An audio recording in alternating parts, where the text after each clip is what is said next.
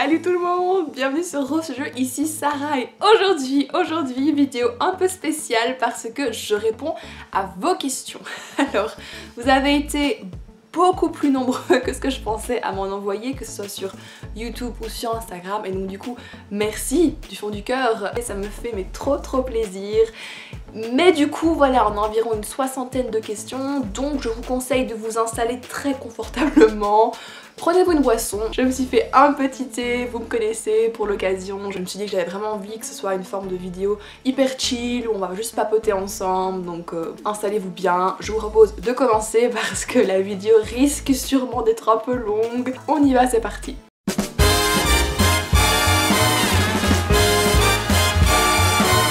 Alors j'ai mon téléphone avec moi, je vais lire vos questions dessus et sachez que parce que je suis un peu psychorigide, je pense que vous le savez maintenant, j'ai divisé les questions en 3 catégories. La première ce sera tout ce qui est questions personnelles sur moi, la deuxième c'est tout ce qui va tourner autour des otome games et des jeux en général, et la troisième partie sur les shoujo et les webtoons. Donc s'il y a une catégorie qui vous intéresse plus que les autres, n'hésitez pas à aller à celle qui vous parle le plus. Voilà. Sur ce, on commence avec les questions personnelles. May be trouble ahead. Première question, quel âge as-tu? J'ai 23 ans, je suis née le 26 août et donc mon signe astrologique est celui de la Vierge. Comme ça je réponds à 2 questions en une puisque c'était la suivante. Alors ensuite, où est-ce que tu habites? J'habite en Belgique. Comment as-tu décidé de te lancer sur YouTube? Qu'est-ce qui t'a poussé à faire des vidéos? Eh bien en fait ça remonte à mon mémoire. J'ai une autre question qui est posée là-dessus précisément, donc je pense que je serai peut-être plus complète à ce moment-là, mais en gros, en faisant mon mémoire sur les shoujo, je me suis aperçue que déjà à chaque fois quand on me demandait qu'est-ce que je faisais comme sujet et que j'en parlais, les gens étaient hyper perplexes parce que pour eux les mangas shoujo c'était un truc, soit ils connaissaient même pas, soit c'était un truc de filles hyper gnangnan, hyper rose, qui en gros valait pas la peine d'être étudié, hein, disons-le clairement, et ça m'a tellement énervée parce que moi forcément de mon côté je travaillais sur les shoujo, je lisais des textes dessus, d'autres études qui avaient été faites et je me rendais compte qu'il y avait plein de choses à dire sur ces mangas et donc j'ai vraiment eu envie d'avoir un endroit où je pourrais exprimer ça. C'était ça l'objectif de Rose Shoujo à la base, c'était vraiment partager ce que j'avais découvert sur les shoujo et essayer de montrer que c'était pas juste des œuvres roses et gnangnan. Il y en a évidemment mais il n'y a pas que ça. En gros c'était vraiment ça le déclic de base qui m'a poussée à créer ma chaîne. Est-ce que ça a été dur au début pour avoir des petits abonnés? Alors au début, je vais pas vous cacher, non, c'était pas facile. Je dirais que les 2 premiers mois ça a été les plus lents, les plus compliqués, les plus durs, mais j'ai eu la chance en fait que des instagrammeuses qui étaient fans de manga tombent sur ma chaîne et décident de faire une story pour en parler, et donc du coup leurs abonnés sont venus sur ma chaîne, ont vu mon contenu et se sont finalement abonnés. Donc je dirais vraiment merci à ces personnes qui m'ont vraiment soutenue dès le début. Et j'ai aussi eu l'énorme chance que ma vidéo sur Moonlight Lovers décolle, enfin vraiment d'une manière que j'avais pas du tout prévue à la base, parce qu'au départ faut savoir que celle sur la vidéo sur Moonlight Lovers, qui est maintenant celle qui est la plus vue sur ma chaîne, au départ c'était la moins vue de tout ce que j'avais proposé, et puis du jour au lendemain, je sais pas trop pourquoi, elle a commencé à remonter dans les suggestions YouTube jusqu'à être la première, et c'est comme ça que plein de gens ont découvert ma vidéo et ma chaîne et se sont abonnés. Voilà, c'est vraiment ces 2 événements là qui sont au final vraiment hors de mon contrôle en fait, qui m'ont permis d'avoir beaucoup plus d'abonnés et de gagner en visibilité, mais clairement les premiers mois c'était pas facile. Mais si j'ai un conseil à donner à quelqu'un qui commence, c'est accrochez-vous, vraiment, ne vous laissez pas décourager, continuez à faire votre contenu, mettez-y tout votre cœur, votre passion, parce que je pense que ça les gens, je pense qu'ils peuvent le ressentir quand t'es vraiment passionné par un truc et que t'en parles. Moi en tout cas dans les commentaires que j'ai reçus c'est ça qu'on ressent, c'est quand t'es vraiment passionné par un truc, je pense que ça se sent et les gens ont envie d'écouter ce que tu racontes. Donc voilà, trouvez un truc qui vous plaît, puis parlez-en et je pense que tout devrait bien se passer pour vous. Alors ensuite, est-ce que tu as déjà rencontré d'autres youtubeurs en tant que youtubeuse? Non, pas du tout. Maintenant j'ai pu rencontrer une youtubeuse, mais c'est via mon master en journalisme et je l'ai contactée en tant qu'étudiante en journalisme, pas en tant que petite youtubeuse, et c'était Alinea ASMR qui est vraiment, elle était adorable. Elle m'a accordé 1 heure de son temps pour répondre à mes questions sur le ASMR pour un reportage et franchement c'était une super rencontre. Mais voilà, à part ça j'ai pas encore rencontré d'autres youtubeurs ou youtubeuses. Est-ce qu'il y a des gros projets qui arrivent? Je sais que vous êtes curieux. Vous avez été très nombreux à me demander qu'est-ce que j'allais faire pour la suite. Ce que je peux vous dire c'est que pour l'instant j'ai envie de proposer de nouveaux contenus parce que je me suis un peu... Je pense que c'est un peu une... J'ai un peu une petite routine avec ce que je vous propose et j'ai envie d'avoir des nouveautés. Aussi bien pour moi parce que ça me fait plaisir de tourner d'autres choses que pour vous, je pense que ça peut être sympa aussi d'avoir du nouveau contenu. Mais je sais pas encore exactement quoi, je sais, et je peux vous le dire ici, que j'ai vraiment envie de lancer un let's play régulier et si possible en live, comme ça on pourra tous papoter ensemble, j'ai super envie de faire ça, mais le gros problème c'est que je ne sais pas quoi. Je sais pas quel jeu vous proposer parce que moi je connais que des jeux en anglais et du coup ça c'est un peu trop... Enfin pour la traduction je l'ai fait une fois pour Andromeda 6 mais je veux pas me lancer dans un nouveau jeu à traduire parce que ça prend beaucoup trop de temps. Donc voilà, clairement si jamais vous avez des idées de let's play, mettez-les moi en commentaire franchement parce que ça me ferait trop plaisir de pouvoir vous en faire mais pour l'instant je sais pas encore quoi. Alors... Est-ce que tu regrettes de t'être lancé sur YouTube? Alors là, mais tous les jours, non, je rigole, évidemment non. Surtout que je me souviens que la première vidéo que j'ai postée, à l'instant où ça a été en ligne, j'ai failli l'enlever. Je me suis vraiment dit non, genre j'ai paniqué, je me dis mais qu'est-ce qui m'a pris et tout. Et au final je l'ai laissé et je me suis toujours dit que c'était la meilleure décision que j'avais prise sur l'année du Covid. Je me suis tellement amusée à vous faire ces vidéos et à vous partager ma passion pour plein de choses et surtout pouvoir échanger avec vous sur des sujets que en règle générale autour de moi j'en parle pas beaucoup, par exemple les jeux Mimove, à part avec Julie, il n'y a personne d'autre qui joue à ce type de jeu, donc pouvoir parler ça avec vous, avoir vos avis, c'est vraiment un truc super chouette et ça me permet de me faire sentir beaucoup moins seule. Et donc clairement non, je regrette pas du tout d'avoir commencé YouTube. Est-ce que tu regardes des dramas coréens et si oui, quels sont tes préférés? Alors en fait j'ai eu une époque drama où je regardais tout le temps et j'ai été dégoûtée. Donc j'ai fait un break et pour l'instant je me suis toujours pas remise. Mais à l'époque j'adorais le drama, c'était Oh My Venus, qui est absolument mais génial. Je crois que c'est un des dramas qui m'a le plus fait rire de tous ceux que j'ai regardés. Et The Bride of Habaek avec le dieu de l'eau, ça j'ai vraiment kiffé aussi. Et par contre un qui m'a mais traumatisée, je crois que c'est Scarlet Moonlight Lovers, je crois que c'est un truc comme ça. Encore une fois, Moonlight Lovers dedans, j'aurais rien dû comprendre, mais le traumatisme de ce truc, tous les personnages que j'aimais finissaient par disparaître. Donc à la fin, genre psychologiquement, j'étais au bout de ma vie. Donc clairement c'est pas du tout un drama que je vous recommande parce que moi je m'arrachais les cheveux et je pense que j'ai même pas vu la fin. Je crois que le dernier épisode, je l'ai boycotté tellement j'avais été traumatisée. Donc je ne vous le conseille pas. Quelles sont tes séries TV préférées si tu en as? Oui, je suis une très grande fan de la série Big Bang Theory que je regarde sur Netflix en boucle depuis des mois. C'est ma série go-to quand j'ai envie de manger. En plus c'est des épisodes assez courts donc c'est parfait pour dîner et ça me fait toujours rire et vraiment c'est des personnages auxquels je suis super attachée et que j'adore de tout mon cœur. Mais évidemment j'aime bien aussi tout ce qui est Friends, j'aime bien les séries comme qu'est-ce que j'ai regardé récemment? J'ai regardé À l'ombre des Magnolias sur Netflix parce que je suis une grande romantique et j'ai adoré. Et ici j'ai commencé Never Have I Ever qui est donc, je crois que c'est Mes premières fois en français avec une jeune fille indienne qui veut se trouver un copain. Je crois que c'est ça le pitch et vraiment c'est trop drôle. Et évidemment je suis une grande amatrice de séries comme Wings qui est sortie il y a pas longtemps, The Witcher, enfin vraiment tout ce qui est un peu fantasy, fantastique, je suis toujours là pour regarder. Donc voilà. Qu'est-ce que tu écoutes comme musique? Alors, donc faut savoir que tu sens la chanson de la honte là, mais pas du tout. En fait, chez moi, ma maman adore l'Amérique et depuis toute petite, j'écoute de la musique anglaise parce qu'elle voulait absolument qu'on apprenne l'anglais et pour elle, ben, c'était par la chanson que c'était le plus fun.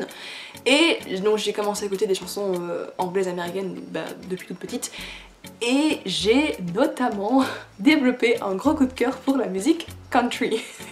Donc, mais la musique country hyper girly comme par exemple, j'aime bien Lorraine Alaina, j'aime bien Raylene, j'aime bien aussi, mais ça c'est pas vraiment, ça c'est pas de la country, j'aime bien Ava Max, Illyria, j'adore aussi tout ce qui est les musiques qu'on utilise notamment dans Shadowhunters, donc Ruel, Sam Tienez, Taylor Swift, j'ai failli oublier Taylor Swift, j'adore Taylor Swift, genre j'adore ses chansons et j'adore les soundtracks de films comme Pirates des Caraïbes, comme Harry Potter, c'est vraiment des choses que j'écoute souvent, notamment quand je veux écrire. écrire. Le personnage de manga, livre, film, série à qui tu t'identifies le plus. Alors voilà mon gars, c'est une très bonne question. Ici maintenant, à mon âge, j'ai pas forcément un personnage en particulier où vraiment je m'identifie très fort, mais je sais que pendant mon adolescence j'étais hyper fan de Hermione Granger de Harry Potter parce que c'était une élève super studieuse et qui en même temps était méga badass et j'avais vraiment envie de lui ressembler, et que j'aimais aussi beaucoup Susanna Simmons de la série The Mediator de Mekabo qui est un de mes romans préférés, enfin une de mes séries plutôt parce qu'il y a plusieurs tomes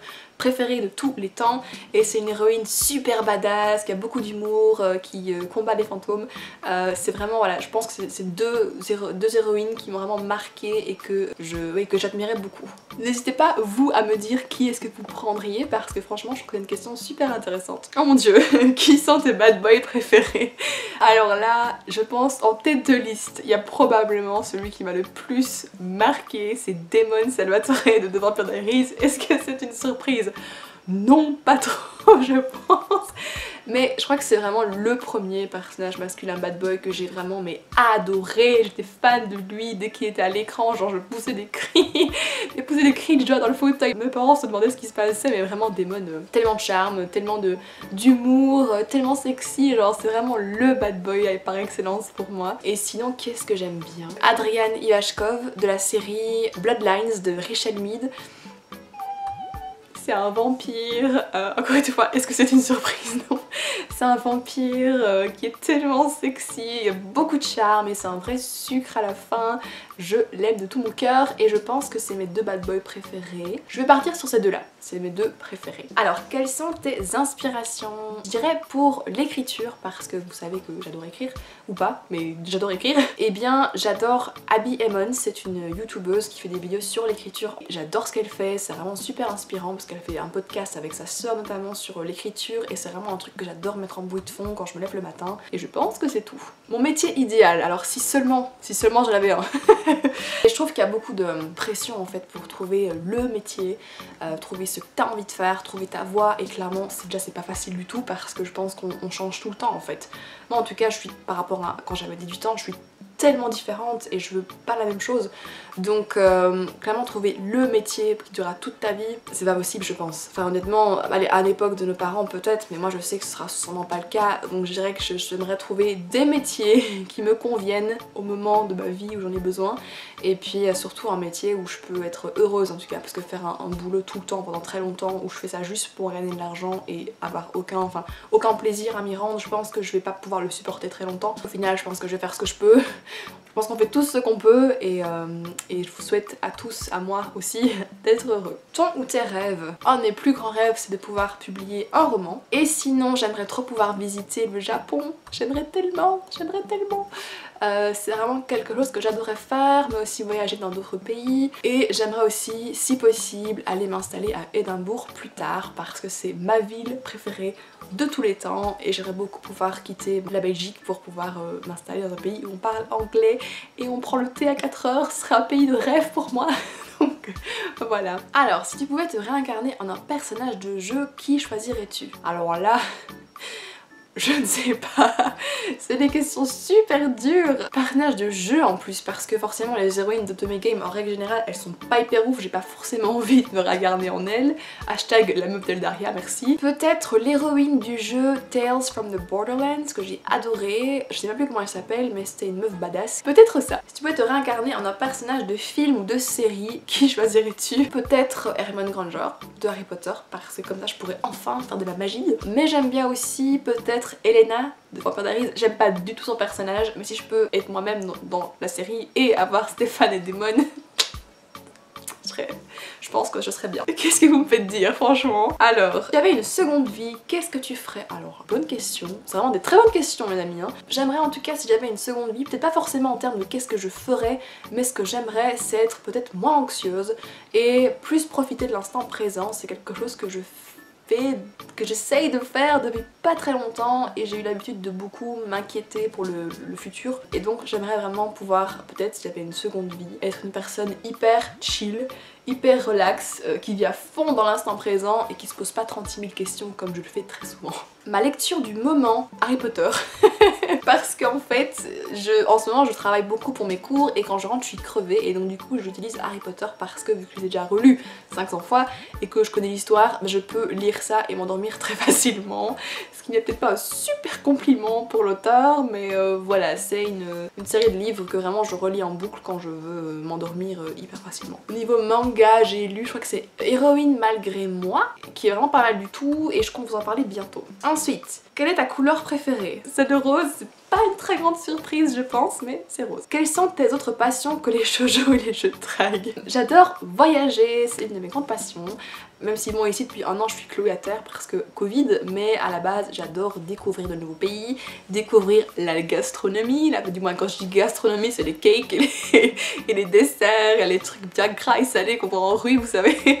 C'est un truc que j'adore faire quand je pars en voyage et j'aime beaucoup découvrir de nouveaux endroits. Et en règle générale j'adore tout ce qui est les pays anglo-saxons, donc Angleterre, Écosse, Irlande, c'est vraiment ma divine trinité à moi. Et j'aime aussi faire de la pâtisserie, c'est quelque chose que j'adore faire, surtout quand je suis soit de très bonne humeur, soit de très mauvaise humeur, ça dépend un petit peu. Depuis quelques temps, je fais, et c'est un truc que quand j'ai dit ça à mes potes, ils étaient assez surpris au départ, j'adore faire des miniatures. Alors qu'est-ce que j'entends par miniature? Eh bien, je vais vous montrer. Par miniature, j'entends ce type de choses. Donc c'est vraiment, je sais pas si vous pouvez bien voir. Voilà, c'est hop, des petits objets. Donc tout est au départ, bah vraiment t'as juste toutes les pièces et tu dois tout assembler. Et vraiment c'est une activité que j'aime beaucoup parce qu'il faut juste suivre des instructions, tu dois pas réfléchir à mille et une choses et c'est hyper relaxant et j'aime beaucoup faire ça. Et je pense que c'est à peu près tout. Et lire des webtoons aussi, ma grande passion qui me prend beaucoup de temps, donc voilà. Les études que tu as faites, parcours scolaire et qu'est-ce que tu fais professionnellement en ce moment? Eh bien, je suis toujours étudiante, c'est ma dernière année. Au niveau de mon parcours, donc moi au départ j'ai fait un bachelier en communication à l'université parce que je voulais à la base être écrivaine, mais puisqu'il n'y avait pas de formation pour, j'ai voulu faire journalisme en me disant que c'était la chose la plus proche de ce que je voulais faire puisque je pourrais toujours continuer à écrire via ça. Et donc j'ai fait un bachelier en communication qui ne s'est pas passé comme prévu parce que en deuxième année, quand j'ai pu enfin avoir mon premier cours de journalisme, mon prof que j'ai maintenant actuellement, qui est vraiment une pointure du domaine, nous a en gros envoyé directement dans la rue pour trouver un scoop et revenir après pour faire un article.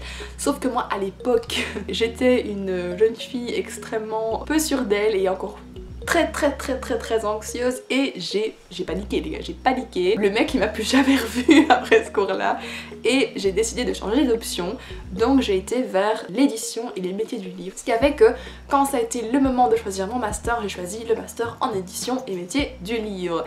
Sauf que, nouveau plot twist, j'ai détesté ce master là parce que voilà, j'avais une vision extrêmement idéalisée de ce que était le métier d'éditeur et une fois que j'ai été confrontée à la réalité du terrain, je me suis dit non, clairement c'est pas pour moi. Et durant ma dernière année donc de master 2, eh bien j'avais quasiment pas cours puisque c'était le moment où il fallait bosser sur son mémoire.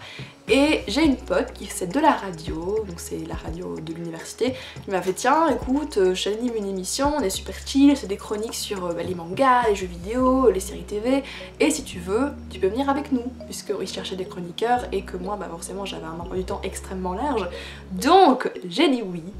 Et j'ai découvert la radio et j'ai eu un coup de cœur monstrueux pour la radio. Je me suis vraiment sentie super bien en fait avec mon micro et mon casque, pouvoir papoter des sujets qui me plaisaient le plus avec une bande de potes qui sont devenus mes amis. J'ai adoré cette expérience et c'est là que je me suis dit tiens en fait et si le journalisme qui m'avait fait si peur au départ, est-ce que en fait ce serait pas ça que je devrais faire, et c'est ce que j'ai fait. Donc j'ai recommencé un master en journalisme cette année-ci et parce que j'ai validé le master d'avant, on me l'a fait faire en un an plutôt que 2 et voilà. Alors tu nous parles un peu de ton mémoire sur Yona Princesse de l'Aube, le contexte dans lequel tu l'as fait. Alors j'ai été super surprise que tu te souviennes que j'ai fait un mémoire sur Yona Princesse de l'Aube, donc merci. Je suis très contente de savoir que mon travail a retenu ton attention suffisamment pour que tu me poses une question dessus. Merci beaucoup. Alors ce mémoire, je l'ai fait donc pour mon master en édition et métier du livre. Je voulais vraiment travailler sur les héroïnes de base parce que j'adore travailler sur les femmes en règle générale. Et j'avais pensé aux héroïnes dans les Disney et aussi dans les romans de L.J. Smith qui a fait The Vampire Diaries, sauf que au final ma promotrice a été hyper hypée pour les shoujo. Donc c'est comme ça que je me suis dit ok, on part sur en mémoire sur les mangas. Et ça a été un travail que j'ai adoré faire, j'étais vraiment passionnée par le sujet, bah vous vous en doutez hein. Et franchement j'ai vraiment kiffé ma vie. J'ai bossé donc sur les shoujo, je voulais absolument travailler sur les shoujo qu'en fait que moi je connaissais. Donc d'office après les années 2000, c'est comme ça que j'ai pu travailler sur Yona Princesse de l'Aube, sur Vampire Knight, sur Divine Nanami, sur Cheeky Love, Shirayuki aux cheveux rouges. Tous ces mangas voilà, que j'adorais, que je lisais quand j'étais ado, j'ai pu rebosser dessus. Moi j'ai bossé sur le principe que plus un shoujo était empreint de fantasy, donc par exemple Yona Princesse de l'Aube, plus les héroïnes étaient représentées comme étant indépendantes, entre autres. Et c'est ce que j'ai fini par arriver à démontrer en prenant, pour vous donner une idée, donc les premiers types de shoujo sans aucune fantaisie, j'avais par exemple Cheeky Love et Fausse Petite Amie, et Yona et Shirayuki au bout du spectre. Et vraiment là je pouvais vraiment comparer les types de récits. Donc j'ai vraiment noté une différence de comment est-ce que les héroïnes étaient représentées. Elles sont pas à la fin, pas de spoiler, mais même dans Yona Princesse de l'Aube, elles sont pas à 100% indépendantes pour plein de raisons. Mais comparé à la meuf de Cheeky Love, je pense que Yona vit beaucoup mieux. Donc voilà, c'est vraiment dans ce contexte là.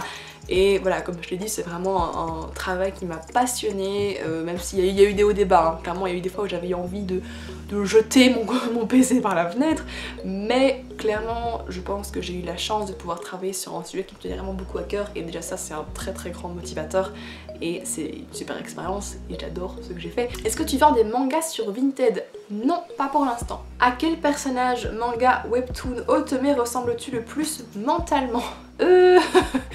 Je dirais que je suis un mixte entre Nika de Switch Girl pour le côté on et off, je veux pas vous faire un dessin, mais j'ai aussi un côté, j'adore tout ce qui est girly et hyper féminin, et en même temps je dis mais je pense qu'il y a beaucoup de meufs en fait, c'est comme ça où on est genre, vous savez, genre en jogging sur notre lit sans maquillage, en train de bouffer des M&M's pendant c'est mon cas à moi, et être en mode pas du tout hyper glamour au féminin, mais genre voilà, je trouve que c'est justement c'est un des mangas que j'aime beaucoup pour ça, parce que ça montre en fait les femmes et les héroïnes de manière hyper réaliste en fait. Donc je dirais probablement Nika, et peut-être aussi Kyoko de Skip Beat pour son perfectionnisme, pour son côté hyper passionné dans les trucs qu'elle aime bien faire. Elle se donne vraiment à fond, et c'est quelque chose que j'adore faire aussi. Je suis très passionnée, je suis très blanc ou noir, donc soit je me donne à 100%, soit pas du tout. Donc je suis très voilà. Alors, si tu devais choisir entre pouvoir changer ton passé et découvrir ton futur, tu choisirais quoi? C'est une très bonne question. Honnêtement, au départ j'aurais plutôt opté pour le futur, parce que je suis quelqu'un qui m'inquiète énormément de comment ça va se passer dans 10 ans. Maintenant, en discutant un peu avec les autres autour de moi, parce que oui, j'ai posé ta question à quasiment tous mes proches pour savoir un peu ce qu'ils en pensaient, beaucoup m'ont dit qu'ils préféraient opter pour leur passé. Et du coup, avec un peu de recul, je me suis dit que peut-être finalement aller dans le passé et pouvoir me dire à des moments donnés où je sais que j'ai stressé à mort pour des trucs et que je me suis pourri la vie inutilement pendant des jours, pouvoir peut-être me dire meuf, relax, c'est quelque chose que j'aimerais pouvoir faire. Ma réponse est donc un peu mitigée, mais vraiment à choisir, le passé je pense, finalement le passé. Let's face the music and dance. Alors, deuxième partie, on commence sur les otome games et les jeux vidéo. Est-ce que tu comptes te lancer sur un let's play autre que Andromeda 6? Eh bien, j'aimerais beaucoup, mais encore une fois, je ne sais pas quoi. Donc, encore une fois, je fais appel à votre générosité, votre créativité pour me laisser en commentaire vos suggestions, parce que franchement, je sèche. Est-ce que tu comptes te remettre à Andromeda 6? Ça me manque. Alors, ça me fait trop plaisir parce que je pensais pas que ce serait un let's play qui vous plairait autant, donc ça me fait tellement plaisir, franchement. Honnêtement, je suis mitigée. En fait, le problème, ce sont les traductions qui me prennent un temps de dingue, parce qu'il faut tout retranscrire à la main, puis tout traduire, puis vous faire le let's play. Et en ce moment, j'ai pas beaucoup de temps à consacrer à ça. Je préférais voilà, vous faire une vidéo qui demande moins de temps pour ne pas vous faire attendre pendant des mois et des mois. Donc je suis un peu bloquée par rapport à ça. Maintenant, c'est un jeu que j'adore, hein. C'est un jeu que j'adore de tout mon cœur et j'aimerais vraiment pouvoir vous proposer la suite. Mais pour l'instant, je suis un peu mitigée à cause du timing. Mais sachez que j'avais déjà commencé à traduire la première partie de l'épisode 2 et à mon avis, celle-là va sortir bientôt. Parce que voilà, je me dis vu que j'avais déjà commencé, autant le terminer. Donc vous pouvez vous attendre à l'épisode 2 partie 1, mais pour la suite je sais pas encore, voilà, je suis désolée. Peux-tu faire un classement des personnages d'Andromeda 6? Comment me déchirer le cœur? Je dirais tout en bas, je dirais peut-être Rayona. Puis je dirais peut-être Ayame, Calderon, June, Bash, Demon en premier. Est-ce que c'est une surprise? Je pense pas. Quel serait ton classement des jeux B-Move? Alors facile. Moonlight Lovers, bien en bas, d'accord? On le voit même plus. Puis je dirais Amour Sucré Campus Life, méga fiasco. Le Secret d'Henri, puis il reste Eldaria Amour Sucré High School. Bon, techniquement Eldaria, si on prend le genre entier, il va ensuite et puis ce sera Amour Sucré High School. Mais si je prends le tout début d'Eldaria, je pense que je me suis vraiment mieux amusée que dans Amour Sucré High School, donc j'interpréterai peut-être. Voilà. Pour ce qui est de Love Live, je l'ai pas commencé, je compte pas le faire, donc il est... Enfin, je le mets hors catégorie, mais ce serait mon classement. Voilà. Oh mon dieu, New Era! Attendez, j'ai oublié New Era! À mon avis, je vais le mettre en dessous d'Eldaria. Parce que pour l'instant le début il est déjà problématique alors qu'Eldaria au début ça l'a encore. Donc ouais, voilà. Donc n'hésitez pas à me mettre votre classement à vous parce que là je suis très curieuse. Ce serait cool de faire un let's play sur donc sur Amour Sucré High School avec Castiel comme CDC puisque t'as fini avec Armin. Merci de me le rappeler. La blessure est encore là dans mon cœur. Bah en fait j'ai deux problèmes avec les jeux B-Move. Premièrement c'est qu'il y a déjà eu beaucoup de let's play en fait sur Amour Sucré High School, notamment avec Castiel, notamment Thiboudou, la Queen. Donc est-ce que vraiment vous auriez envie de voir un let's play de moi dessus, sachant qu'il y en a déjà eu beaucoup d'autres? Je ne sais pas, c'est une question que je vous pose. Et aussi le souci avec les jeux B-Move, ce sont les PA, parce que clairement moi qui ne paye pas pour les points d'action, je suis très vite bloquée, donc je saurais pas en fait vous faire des let's play genre d'1h30 de faire un épisode en entier avec vous parce que clairement j'ai pas les PA pour et je compte pas payer pour. Donc ce serait clairement deux gros problèmes. Donc clairement voilà, je suis pas sûre. Maintenant peut-être vous faire un épisode throwback, donc vous faire le premier épisode d'Amour Sucré High School en live avec tout le monde pour avoir un peu le moment nostalgie, ça me plairait trop de faire ça. Dites-moi ce que vous en pensez, mais c'est un truc que j'avais envie de faire depuis un petit moment.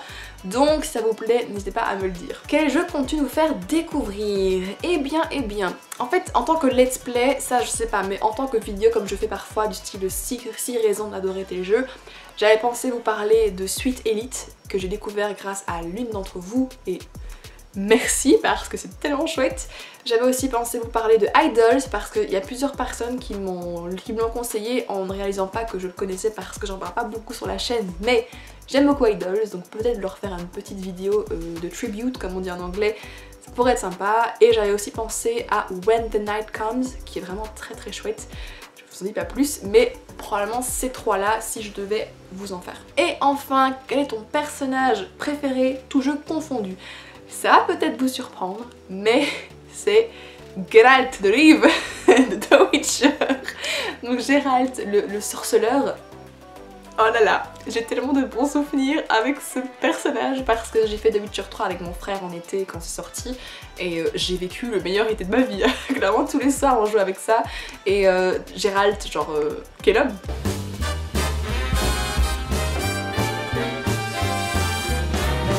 Ensuite, on passe à la partie shoujo et webtoon. Alors, comment es-tu tombée dans la passion du manga? Je pense que j'en avais déjà un peu parlé dans ma vidéo sur mes premiers shoujo, mais ce qui s'est passé, c'est que donc j'avais 14 ans et tous mes potes, tout mon groupe d'amis s'est mis à lire des mangas. Je sais pas pourquoi, mais vraiment genre pouf!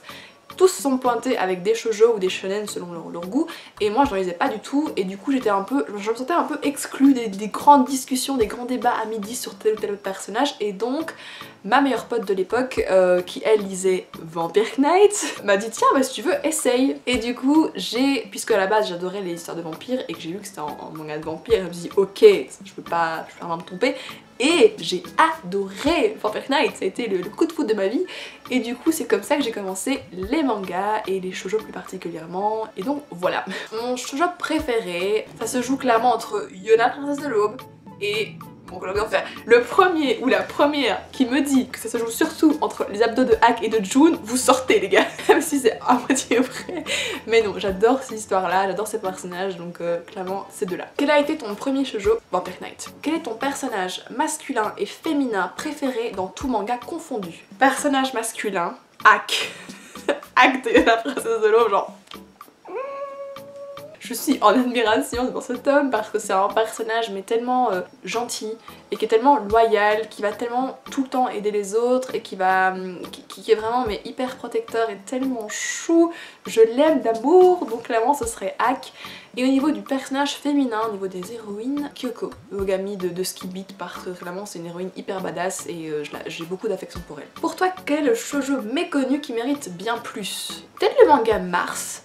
Je sais pas si vous connaissez, c'est une histoire d'amour assez vintage qui date depuis, enfin qui date de, je sais pas quand c'est sorti mais c'est assez ancien. Et c'est une histoire d'amour très dramatique, qui te prend aux tripes, avec un héros masculin hyper torturé, enfin genre moi c'est un truc, genre j'adore cette histoire, je l'ai découvert. Et en plus elle est assez sombre aussi, enfin vraiment c'est très psychologique aussi, voilà, moi j'adore. Mars c'est un de mes coups de cœur et je trouve qu'on n'en parle pas beaucoup, peut-être parce que justement il est assez vieux. Et sinon les plus récents, Yona, princesse de l'eau, vous allez dire que je me répète mais c'est vrai, je suis désolée, c'est une super histoire. J'aimerais d'ailleurs vous faire une vidéo rien que sur ça, ça fait des plombes que je veux le faire mais je l'ai pas encore fait, mais c'est prévu et ça je pense que vous comprendrez mieux pourquoi j'aime autant cette série, donc voilà. Depuis quand aimes-tu les mangas? Je t'adore très fort. Merci. Bah écoute, depuis que j'ai 14 ans. Est-ce que tu as déjà lu Emma Toyama? Non, pas encore, mais je sais qui a posé la question, on en a discuté l'autre jour. Et je vais essayer, c'est promis, tu me l'as bien vendu, donc je vais essayer de lire 16 heures. Qu'est-ce que tu considères comme le pire shoujo que tu aies jamais lu et pourquoi? 2 mots, Blackbird. Comment vous dire? L'héroïne, je crois qu'elle s'appelle Misao, mais elle est insupportable, elle pleure mais tout le temps. J'ai jamais vu une héroïne qui pleurait autant. Pire shoujo que j'ai jamais lu. Relation hyper malsaine, hyper toxique. J'ai vraiment pas du tout kiffé l'histoire et j'ai jamais été au bout. Est-ce que tu as eu une période où tu as arrêté parce que tu as dit avoir acheté certains mangas? Et si oui, qu'est-ce qui t'a fait reprendre? Alors déjà, mais super bon sens de l'observation.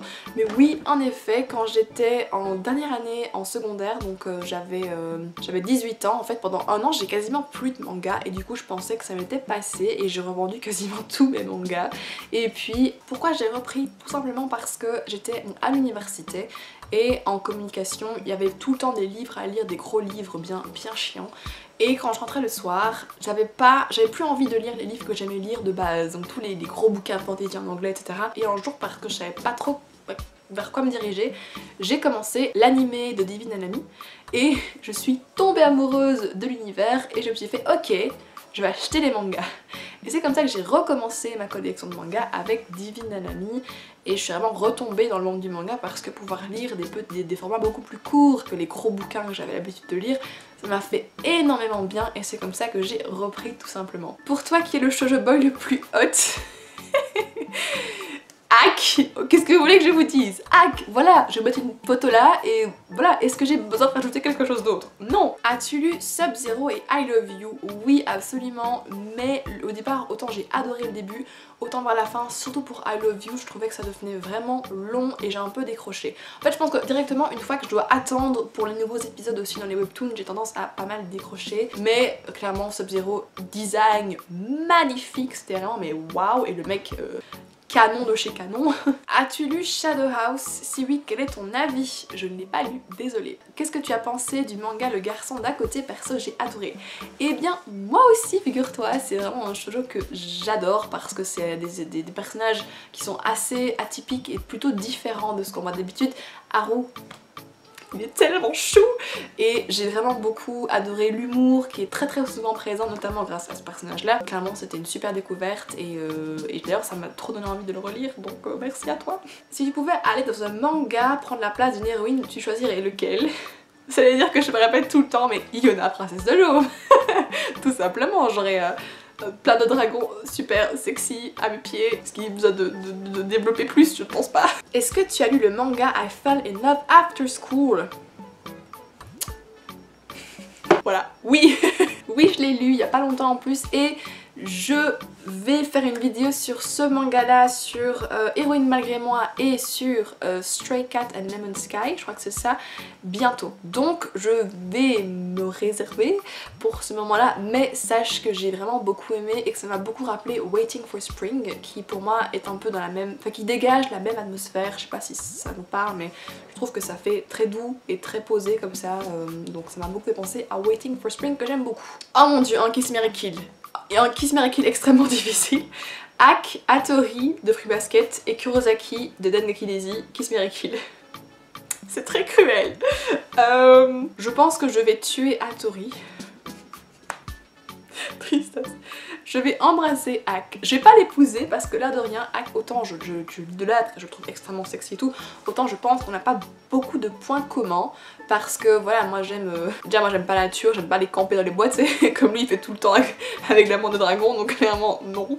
Moi je suis plus hyper, j'adore tout ce qui est voilà, littéraire, créatif, et Hack il donne pas l'impression d'être très littéraire et créatif, il est plus genre homme d'action sur le terrain, donc je suis pas sûre qu'on aurait beaucoup de points communs, donc je l'embrasserai juste et j'épouserai Kurosaki de Dengeki Daisy, que j'aime aussi de tout mon cœur, et je pense qu'on aura un mariage heureux. Mais oui, voilà, absolument.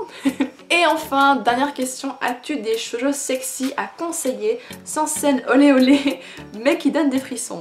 Bah en fait je connais des josei qui sont un peu comme ça, mais du coup il y a des scènes olé olé comme tu dis, donc du coup non. Maintenant dans les shoujo, peut-être Ellie. Qui est, dans ce que j'ai pu lire, un des shoujo où justement la sexualité et le désir féminin est beaucoup plus, enfin abordé de manière vachement plus franche, aussi bien chez l'homme que chez la femme.